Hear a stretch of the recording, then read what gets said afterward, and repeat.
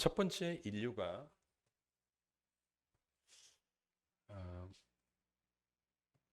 하나님의 말씀을 버렸습니다. 그때 그들은 말씀 하나를 무시했지만 사실은 그들은 말씀하신 하나님을 버린 것입니다. 그래서 그들이 하나님 말씀을 거역했을 때 하나님은 그들을 하나님에게서 쫓아내셨습니다. 그들의 선택이 무엇인지를 알게 하시는 것입니다. 너희가 내 말을 거역했을 때 너희는 나를 버린 것이었고 너희는 나를 잃어버린 것이다라고 하셨습니다.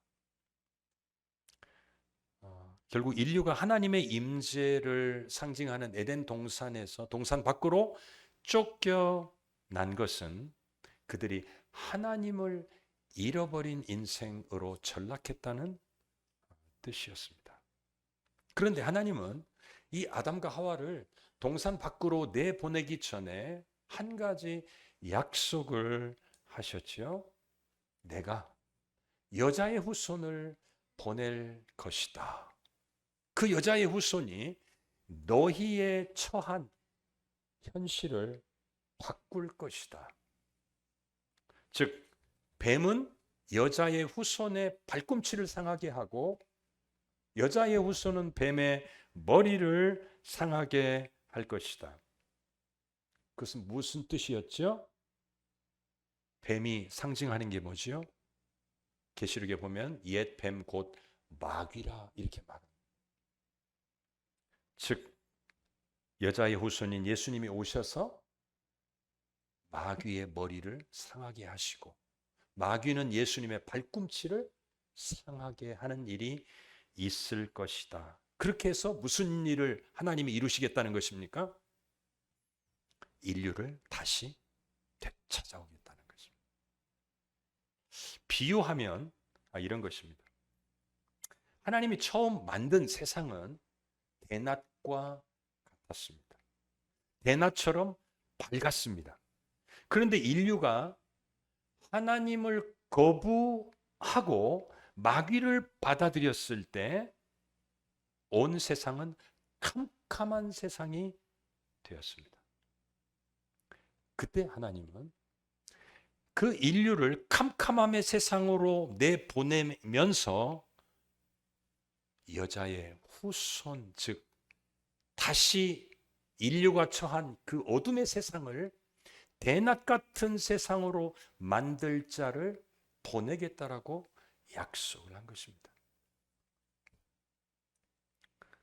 결국 여자의 후손이 와서 할 일은 인류가 초래한 첫 아담이 이 땅을 대낮 같은 세상을 어둠의 세상으로 만들었는데 그 어둠의 세상을 다시 대낮 같은 세상으로 회복시키는 일을 하나님이 여자의 후손을 통해서 하겠다는 약속을 하고 그 약속과 함께 아담을 어둠의 세상 가운데로 보내셨던 것이죠. 자, 두 번째 이야기는 오늘 본문인데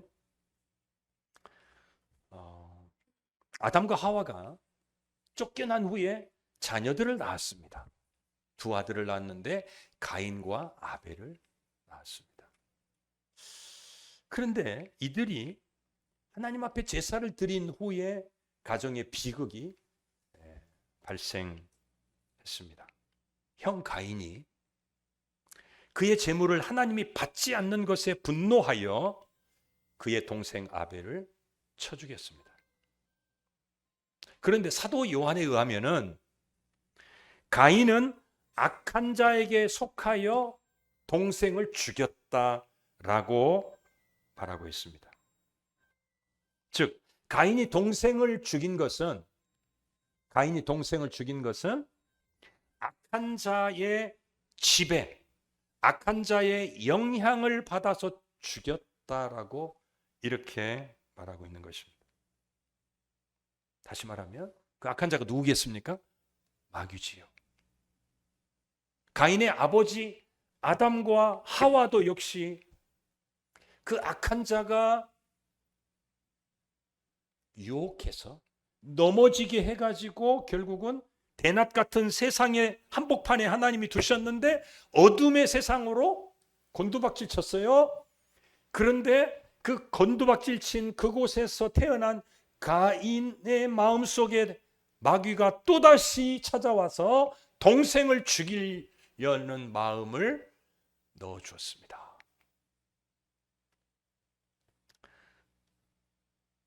그것을 하나님이 보셨습니다. 악한 자가 하와와 아담을 넘어뜨렸던 그 악한 자가 또 가인까지 넘어뜨리려고 하는 것을 하나님이 보셨습니다. 그리고 가인에게 경고하셨습니다. 가인아, 네가 선을 행하면 어찌 낯을 들지 못하겠느냐? 네 안색이 왜 변하느냐? 네가 악한 일을 하지 않았느냐? 라고 하면서, 하지만 죄가, 맹수가 먹잇감을 덮치려고 웅크리고 있는 것처럼 죄가 너를 지금 덮치려고 하고 있으니까 너는 죄를 다스려야 한다라고 아주 적절한 충고를 하나님이 가인에게 주셨습니다.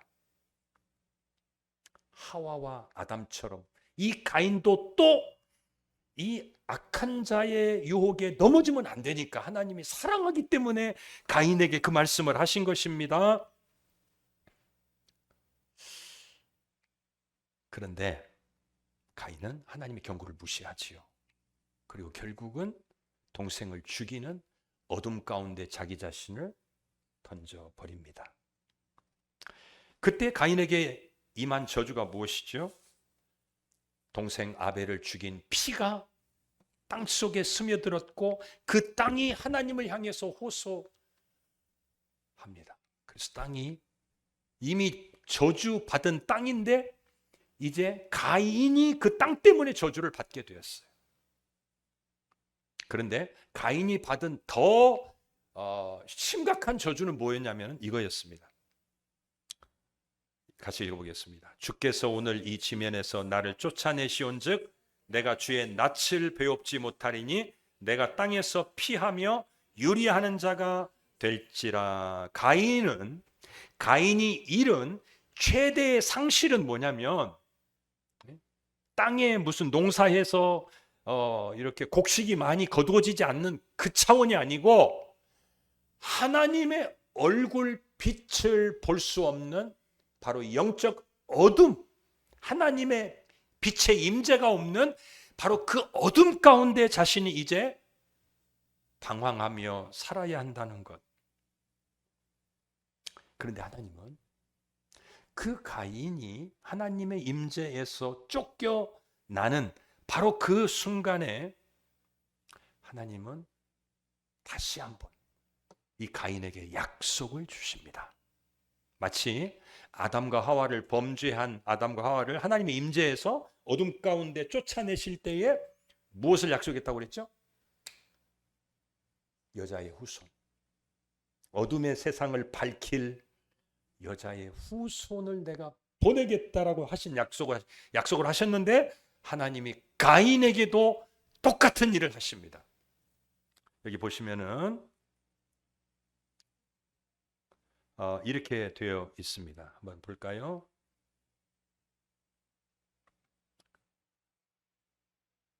여기 제가 안 썼군요. 자, 제가 읽어볼게요. 아담이 다시 자기 아내와 동침하매 그가 아들을 낳아 그의 이름을 셋이라 하였으니 이는 하나님이 내게 가인이 죽인 아벨 대신에 다른 씨를 주셨다 함이며 셋도 아들을 낳고 그의 이름을 에노스라 하였으며 그때 사람들이 비로소 여호와 이름을 불렀더라. 오늘 본문이네요. 그렇죠? 자, 여기 보니까 하나님이 무슨 일을 하시냐면 아담과 하와에게 아들을 또 하나 주셔요. 그 아들의 이름이 뭐예요?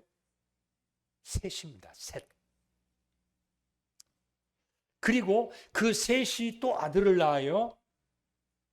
이름이 에노스입니다. 셋과 에노스가 태어났을 때 무슨 일이 있었다고 말하죠? 26절.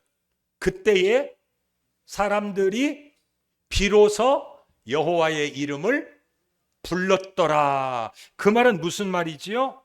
셋과 에노스라는 사람이 나타나서 살기 전까지는 사람들이 뭘 안 했어요? 여호와의 이름을 부르지 않았다는 뜻이에요. 그런데 아벨이라고 하는 경건한 하나님 앞에 어린 양을 드려서 하나님이 연락을 하셨던 그런 제사를 드렸던 의로운 이 아벨이 갑자기 죽어버렸잖아요. 형한테 맞아 죽었잖아요. 그리고 나서 이 아벨 대신에 아벨이 죽었으니까 그 아벨의 경건한 어떤 그 핏줄로 태어난 게 누구냐면 셋입니다. 그게 하나님이 아벨은 죽었으니까 아벨 대신에 하나의 깨끗한 후손을 하나님이 주신 것입니다. 그게 셋입니다. 그리고 에노스입니다. 그리고 셋과 에노스가 태어났을 때부터 사람들은 비로소 하나님의 이름을 부르고 하나님을 인정하고 하나님을 찾기 시작했다라고 하는 것입니다.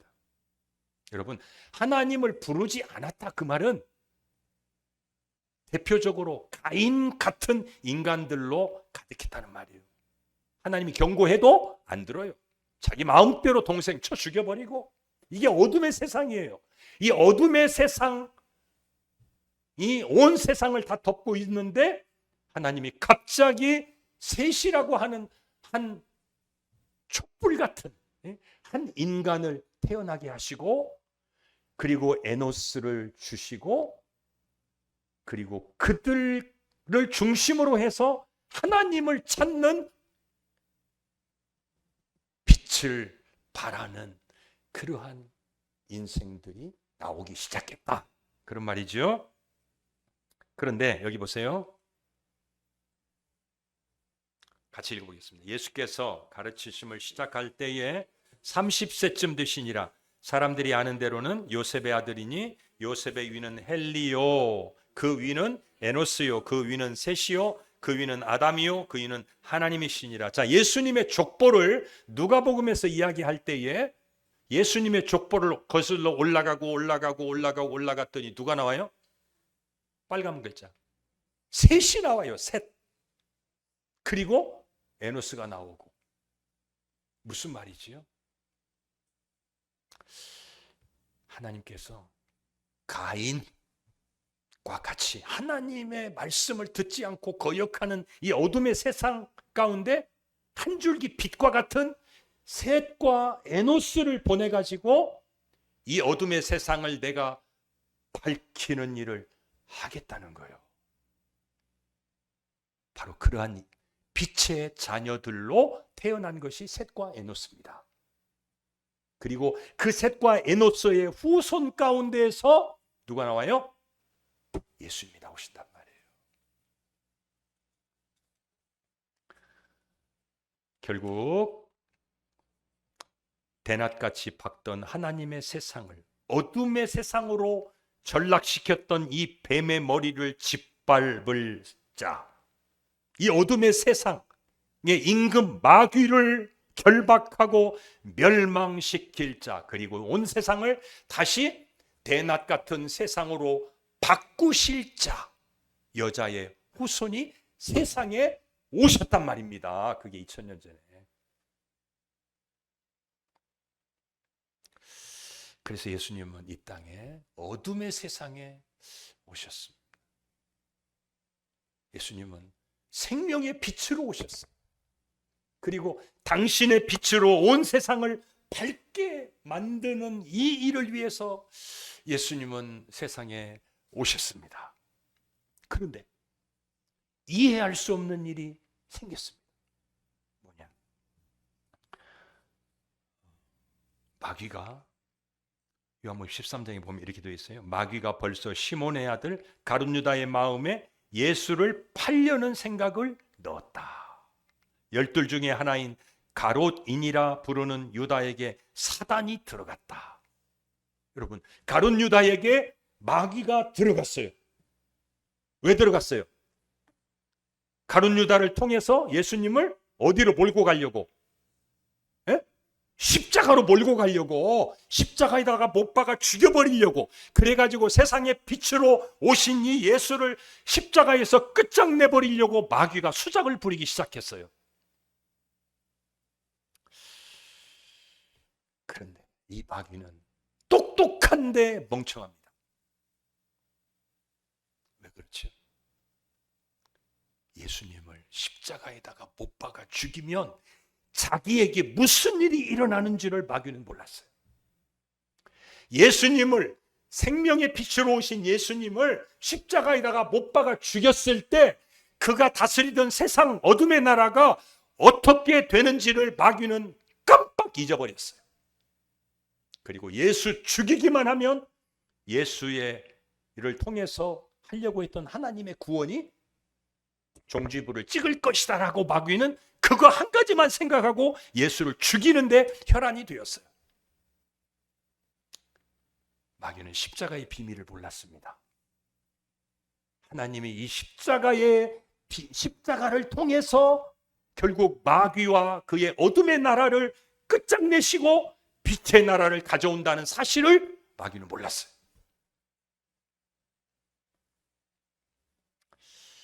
여러분, 예수님께서 십자가에 못 박혔을 때 온 세상은 어둠이었습니다. 어둠이 온 세상을 갑자기 덮었어요. 갑자기. 그것은 하나님이 온 세상에 어둠을 보낸 것입니다. 그걸 통해서 예수님의 죽음이 온 세상의 어둠에 무엇을 가져오는지를 가르치고자 했던 것입니다. 예수님이 십자가에 못 박혀 죽었어요.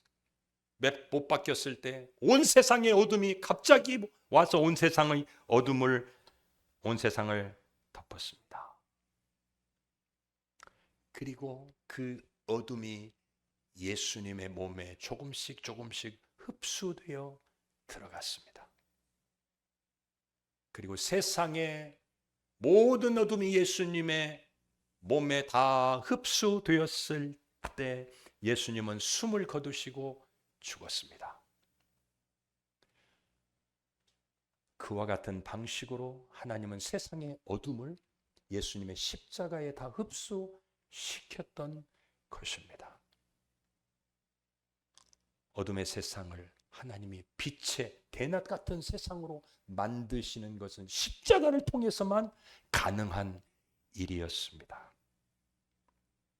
자, 여기서 우리는 구체적으로 무엇이 도대체 어둠인가 하는 질문을 하게 되지요. 목사님, 어둠이라는 게 이 세상이 어둠의 세상이고 어둠이 온 세상을 덮었다고 하는데 이게 도대체 우리와 무슨 상관이 있습니까? 우리가 이것을 알려면 첫 번째 인류였던 아담과 하와가 하나님에게서 독립을 선언하고 나갔을 때, 빛의 나라에서 그들이 어둠의 나라로 떨어졌을 때 그들 가운데 무슨 저주와 불행이 덮쳤는지를 알아야 됩니다. 그래야 예수님의 십자가에서 어떤 어둠이 도대체 예수님의 몸에 흡수되어 우리가 그 어둠으로부터 해방되었는지를 알 것 아니겠습니까? 첫 번째, 벌거벗음, 이것이 어둠입니다. 아담과 하와는 하나님이 창조하셨을 때 벌거벗었지만 그들은 자신의 벌거벗음을 전혀 문제 삼지도 않았고 문제가 되지 않았습니다. 근데 그들이 범죄했을 때 그들은 자신들이 벌거벗었다는 사실을 인식했고 그들은 자동적으로 무화과나무 잎을 엮어서 자기들의 벌거벗음을 덮어야 했습니다. 이것이 인류가 범죄하고 인류를 뒤덮었던 첫 번째 재앙입니다. 벌거벗겨짐. 그런데 여러분, 예수님께서 십자가에 못 박힐 때 옷 다 입고 못 박힌 것이 아니고 옷 다 벗겨진 상태에서 십자가에 못 박혔습니다. 이 사진을 보시면 예수님의 사진을 우리가 어떤 사진을 봐도 예수님이 온몸에 어떤 것도 걸치지 않는 그러한 완전히 알몸인 상태로 십자가에 못 박힌 사진은 없습니다.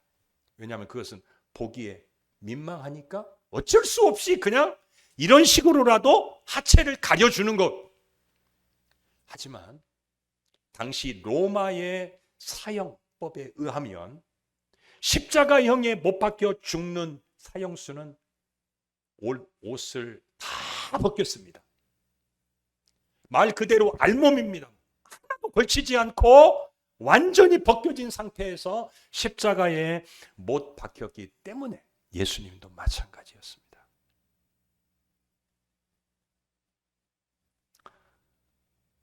아담과 하와의 문제, 즉 벌거 벗겨짐으로 인한 수치와 부끄러움이라고 하는 어둠이 예수님의 몸에 흡수되어 들어갔던 것이죠. 우리의 벌거벗음과 이로 인한 부끄러움의 어둠도 그때 2000년 전에 예수님의 벌거 벗겨진 그 몸 속에 침투해 들어갔습니다. 우리의 부끄러움, 벌거 벗겨져서 우리 안에 있는 모든 것들이 드러나고 수치스럽고 부끄러운 이 모든 것들이, 이 모든 재앙이 예수님의 벌거 벗겨진 몸 속으로 흡수되어 들어갔고, 바로 그 예수님께서 지금도 우리의 벌거 벗겨짐이라고 하는 그 수치를 흡수하는 구원자로서 계십니다. 그래서 이것이 우리에게 무슨 위로가 되지요? 여러분, 우리의 수치가 드러나면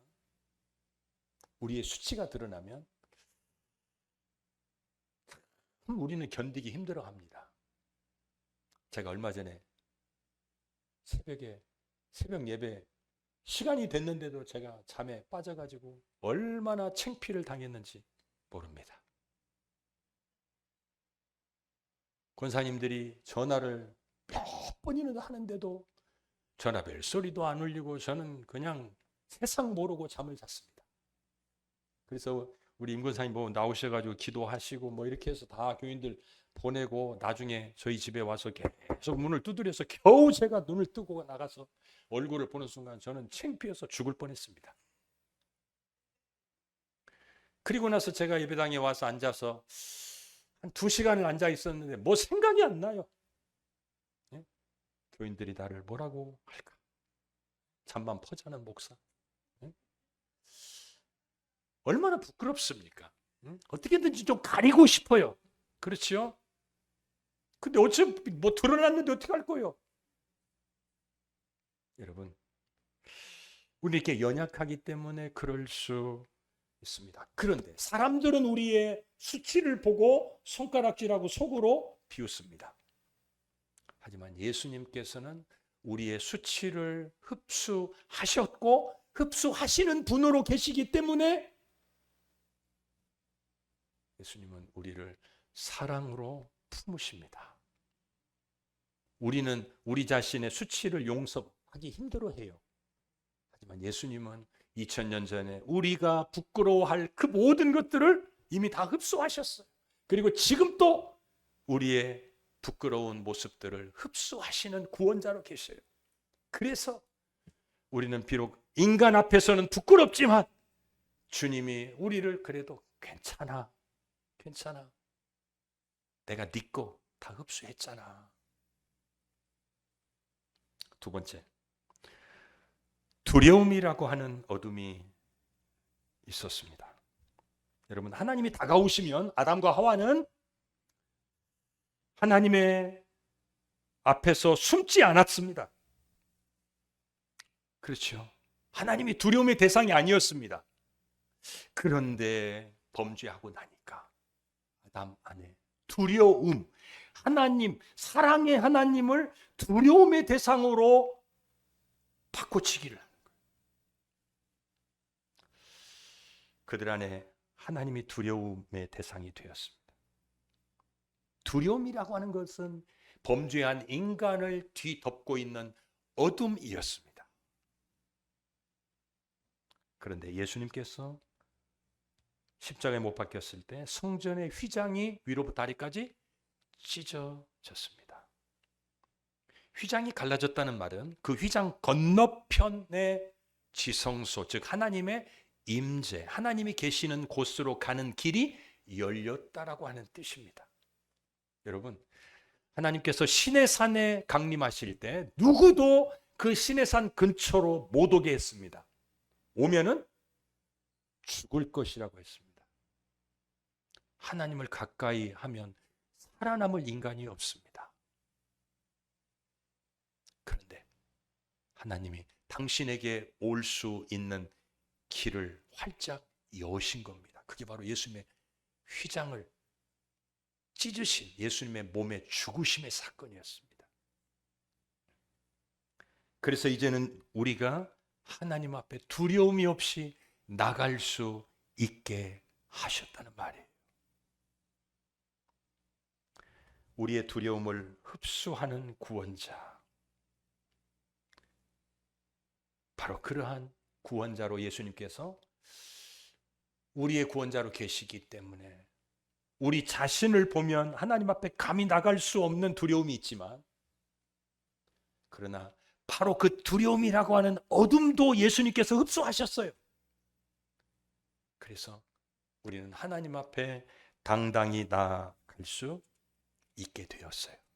세 번째, 영적인 죽음, 즉 하나님에 의해서 버림을 받는 이것도 하나의 어둠이었습니다.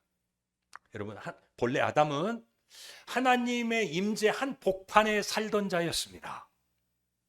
하나님의 품 안에서 하나님의 사랑 안에 안식하던 자였습니다. 그런데 그가 하나님의 임재 밖으로 쫓겨났습니다.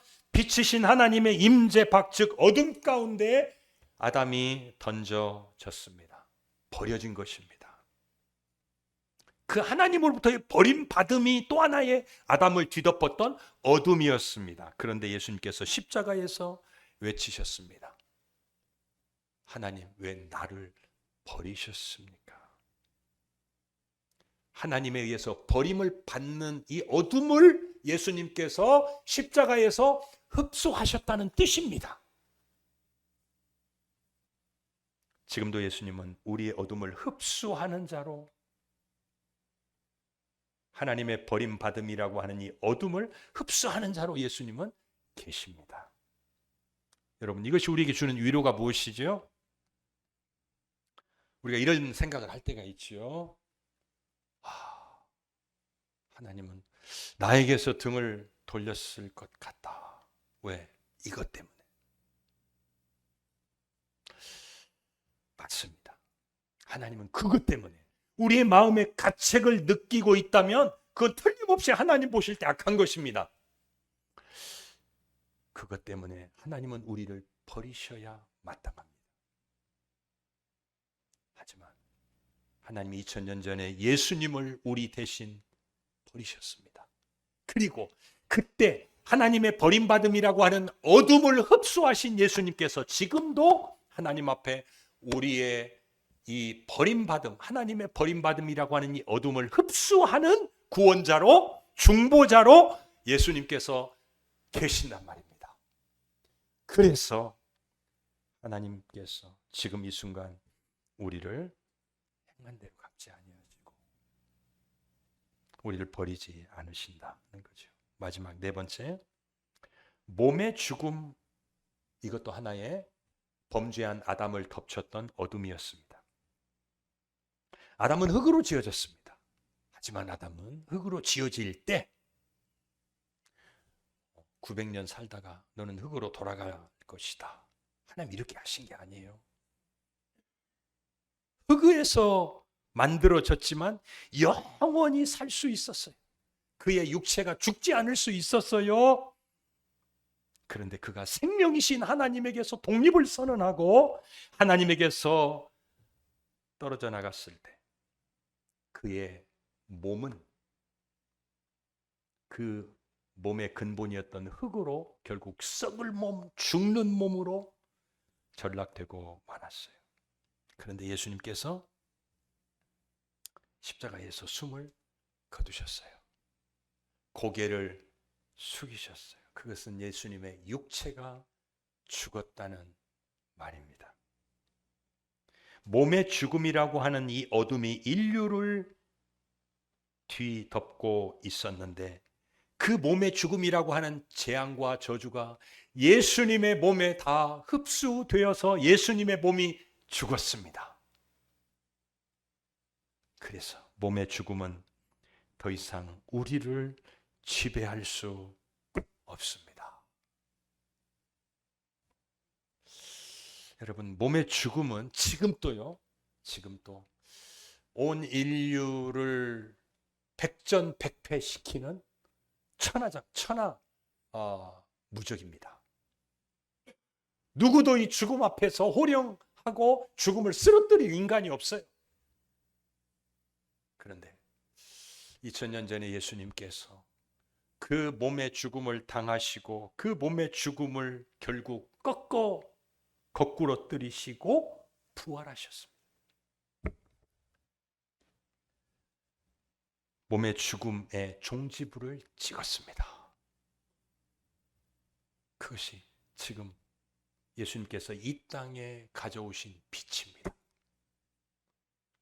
몸의 죽음은 어둠인데 그 어둠이 온 세상을 지배했지만 그 몸의 죽음이라고 하는 어둠이 예수님의 몸에 흡수되어 들어갔을 때 몸의 죽음의 저주는 결국 막을 내렸습니다. 그것이 예수님께서 우리에게 가져오신 빛이었습니다. 그리고 우리가 언젠가는 한번 죽음이라고 하는 이 몸의 죽음이라고 하는 불청객의 방문을 우리는 받게 될 것입니다. 어떤 사람은 내년에 받을 수도 있고 어떤 사람은 10년 후에 받을 수도 있겠지요. 주님 오시기 전에 만약에 우리가 죽어야 한다면 그렇겠지요. 하지만 우리가 몸의 죽음이 노크할 때에 우리가 그 죽음을 십자가의 빛 아래서 보게 되면 우리는 그 몸의 죽음의 방문에 대해서 두려워하지 않게 됩니다. 왜냐하면 그 몸의 죽음이 예수님의 몸에 흡수되어서 그 저주가 들어가 버렸기 때문에 몸의 죽음이라고 하는 이 저주는 더 이상 우리를 지배할 권리가 없게 되었습니다. 이것이 오늘 우리를 죽음에 대한 두려움으로부터 자유케 하는 복음입니다. 여러분, 십자가는 2000년 전의 사건인데 그 십자가에서 일어난 일은 2000년 후를 살아가는 오늘 우리 모두에게 큰 기쁨의 소식입니다. 이것이 우리를 세상 보이지 않는 수많은 어둠에 대한 하나님의 답변입니다. 하나님의 해결책입니다. 예수님의 십자가는 인류가 계속해서 의문을 제기하고 해답을 찾고 싶어 했던 그 해답이 예수님의 십자가의 죽음을 통해서 다 이미 우리에게 주어졌습니다. 여러분, 저는 오늘 여러분에게 4가지만 이야기했습니다. 여러분 집에 가셔서 생각을 해보십시오. 나를 뒤덮고 있는 어둠이 무엇인가? 그 어둠도 역시 예수님이 2000년 전에 끝내셨습니다. 그러므로 예수님의 죽음의 사건을 오늘 내게 적용하고 여러분 이번 한 주간 어둠이 여러분을 지배하려고 할 때 그 어둠이 이미 예수님의 십자가의 죽음 속에서 이미 흡수되어 들어갔기 때문에 나는 이제 빛의 자녀가 되었다는 이 사실을 아시고 하나님이 나를 대낮같이 밝은 하나님의 빛의 나라의 한복판에 세웠다는 사실을 여러분이 다시 보시고 이 복음의 은혜를 여러분이 누리며 살아갈 수 있어야 할 것입니다.